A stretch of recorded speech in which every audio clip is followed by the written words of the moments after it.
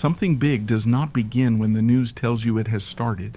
It begins when nothing seems wrong, and that is exactly why almost everyone misses it. There is no announcement, no declaration, no single event you can point to because the most dangerous phase comes earlier, when systems shift quietly and routines stay intact. This is how every major crisis of the last decades actually began. Not with panic, but with normality that slowly stopped making sense. And the question you should be asking is uncomfortable but necessary. What if we are already inside the beginning without realizing it? This is your safety zone. This video is not about predicting a specific war, and it is not about guessing dates or making dramatic forecasts. It is about recognizing a pattern that appears again and again before something truly large takes shape. When we say something big, we are not pointing to a single event. We are describing a shift in how systems behave, how decisions are made, and how risk slowly becomes normalized. In the next minutes, we will break down what this pattern looks like, how to recognize the beginning of a new phase before it is officially named, which signals are already visible today, and why most people overlook them precisely because they do not feel urgent at first. This channel is not about panic, and it is not about propaganda. It is about reading the world clearly, understanding how pressure builds inside complex systems, and learning to notice change before it becomes impossible to ignore. If you want calm, grounded analysis of the forces shaping the future, you can consider subscribing. To understand how something big truly begins, we have to start with what changes quietly, long before anyone is told to pay attention. The first signal almost always appears in language, long before it becomes visible in action, because words are the safest and least disruptive place for institutions to move first. You begin to hear subtle but consistent shifts in tone from political leaders, military officials, financial authorities, and regulatory bodies, where language about stability, growth, and normalization gradually gives way to terms like preparedness, resilience, sustained pressure, long-term readiness, continuity, and endurance. These words are not rhetorical decoration, they are signals, because institutional language is carefully negotiated, reviewed, and filtered precisely to avoid alarm. When the same terms start appearing across different sectors, in defense briefings, budget discussions, infrastructure planning, and financial oversight, it means internal assumptions have already shifted. This change often shows up in places that feel routine rather than dramatic. A budget announcement that suddenly prioritizes redundancy, a policy update that stresses robustness over efficiency, a public statement that frames disruption as something to be managed over time rather than resolved quickly. The tone remains calm, measured, even reassuring, yet the underlying message quietly prepares people for friction instead of stability. Nothing is announced outright, but expectations are being adjusted in advance. We have seen this pattern repeatedly before financial crises officials stopped emphasizing growth and began talking about liquidity and flexibility. Before prolonged conflicts, language shifted toward deterrence, readiness, and endurance. Before systemic shocks, exceptional measures were normalized by embedding them in careful, technical phrasing. The common mistake is dismissing these shifts as political messaging or abstract talk, when in reality, language is the first layer where risk is acknowledged without being declared. Institutions rarely say that something is coming. They change how they speak so that when actions follow, they feel reasonable rather than sudden. Once you learn to listen for this pattern, you realize that narratives do not change to describe the future. They change to prepare people for it. And while words alone do not create outcomes, they reliably signal that planning has already moved beyond assumption and into anticipation. Because once language shifts, behavior is never far behind. The second signal appears when language turns into decisions that carry real cost, because systems do not move resources unless internal risk assessments justify the expense. This is the moment when choices begin to show up that make less economic sense on paper, but far more sense under stress. Supply chains that were optimized for speed are duplicated for resilience. Backup suppliers are secured even when they are slower or more expensive, and inventories quietly grow in sectors where efficiency once demanded they stay lean. What looks like inefficiency from the outside is often deliberate friction added to absorb shocks. You can see this shift in very specific places. Distribution centers that were downsized years ago suddenly being expanded again, companies signing contracts with secondary vendors they hope never to use, utilities reinforcing infrastructure that was considered adequate only a short time ago. Just-in-time delivery gives way to just-in-case capacity. Warehouses reappear where empty space used to be considered waste, and redundancy is reframed as a feature rather than a flaw. These changes rarely make headlines because they are buried inside procurement decisions, infrastructure upgrades, zoning adjustments, and regulatory language that most people never read. Funds are redirected toward defensive infrastructure, continuity planning, and fallback systems, not because they generate profit, but because they reduce exposure when disruption becomes plausible rather than hypothetical. These are not cosmetic moves. They are long-term commitments that lock in cost, constrain future flexibility, and are difficult to reverse once implemented.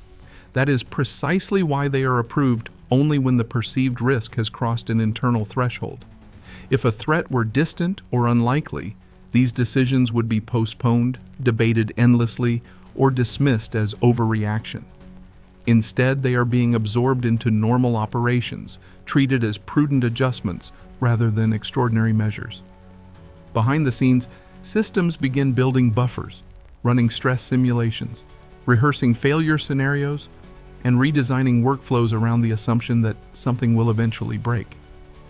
This is preparation without announcement, because announcing it would raise questions no institution wants to answer openly. And once resources start flowing in this direction, momentum builds quickly, because preparation in one sector forces preparation in others. Suppliers adjust, partners follow, and what began as a precaution quietly becomes a new baseline. This is why decisions that cost money are among the clearest indicators that something big is already being taken seriously, long before anyone is told to worry. And when systems start moving like this, the pace of change accelerates faster than most people expect.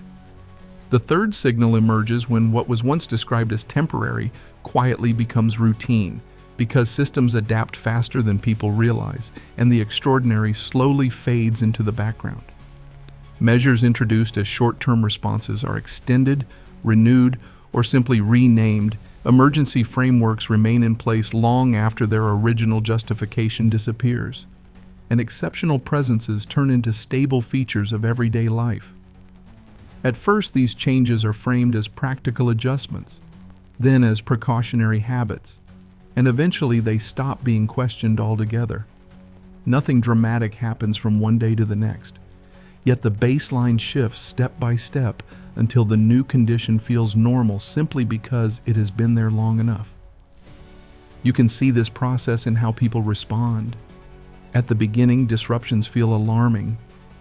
Alerts demand attention, and explanations are followed closely. But over time, the same signals repeat without immediate consequence, and the reaction weakens. The human brain is especially vulnerable at this stage because it is built to conserve energy and normalize repeated stimuli, which means familiarity slowly replaces concern. What once triggered questions becomes background noise, warnings feel routine, and friction is absorbed rather than challenged. The system has not stabilized. People have simply adapted to operating inside it. This is how societies drift into new phases without noticing the transition, not through shock, but through accommodation. The danger is not that conditions suddenly worsen, but that attention fades precisely when awareness matters most. When the exception becomes routine, timing is lost, because by the moment change feels obvious, it has already been in place long enough to limit options. And this is the phase where most people realize too late that something fundamental has shifted, not because they ignored a warning, but because the warning stopped feeling like one. The reason almost no one notices this shift in time is not a lack of information. It is how perception works under normal conditions.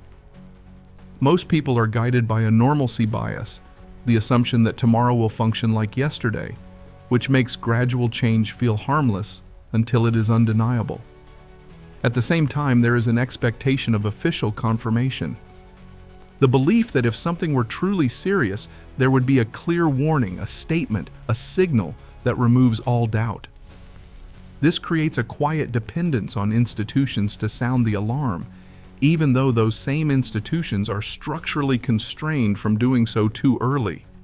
Because warning too soon creates panic, market reactions, political pressure, and loss of control. As a result, communication is softened, risks are framed as manageable, and uncertainty is downplayed even while internal preparations accelerate. This produces a widening gap between what is actually happening inside systems and what is publicly acknowledged, a gap that persists until change becomes impossible to ignore. Those who learn to recognize this gap are not better informed. They are simply paying attention to where actions and language stop aligning. Understanding this is what places you one step ahead, because it allows you to see change forming before it is officially named, and that leads directly to the most important question of all. Preparing for what comes next is often misunderstood because it is immediately associated with extreme images, bunkers, weapons, panic buying, or drastic lifestyle changes, when in reality, none of those are what matter at the beginning of a major shift. That kind of preparation is reactive, it appears late, and it assumes that the threat will announce itself clearly.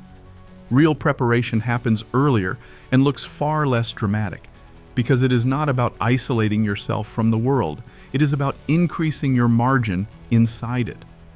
Margin means flexibility rather than rigidity, the ability to adjust routines, dependencies, and decisions before pressure forces abrupt choices. It means noticing when systems become less reliable and making small adjustments while options are still available, not when they have already narrowed. Preparation begins when you reduce unnecessary dependencies, when you avoid placing everything on a single timing assumption, and when you leave yourself room to delay, reroute, or pause instead of being forced to act immediately. This kind of preparation shows up in ordinary decisions, not in emergency behavior. It appears when you stop assuming that everything will always work on schedule, when you avoid last-minute commitments that collapse if one link fails, and when you recognize that speed is often the enemy of good decisions under stress. It is about understanding when optional actions begin to feel mandatory and responding before that pressure locks in your choices. What makes this approach effective is that it does not require predicting an outcome. You do not need to know exactly what will happen next, because you are not preparing for a specific scenario. You are preparing for uncertainty itself. This preparation is quiet, incremental, and often invisible to others, but it is the only form that works before a crisis is officially acknowledged. When you build margin instead of panic, you retain agency while others are still trying to understand what changed. And that perspective leads directly to the central lesson that ties everything together.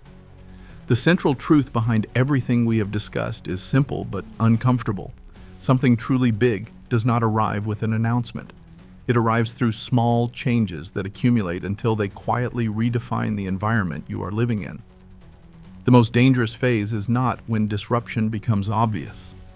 It is when signals are already present but still easy to dismiss, when systems are shifting, yet daily life feels just normal enough to ignore the implications. This phase matters precisely because it affects everyone, not only those close to conflict zones or visible crises, but anyone whose routines, stability, and options depend on systems that are becoming less predictable over time.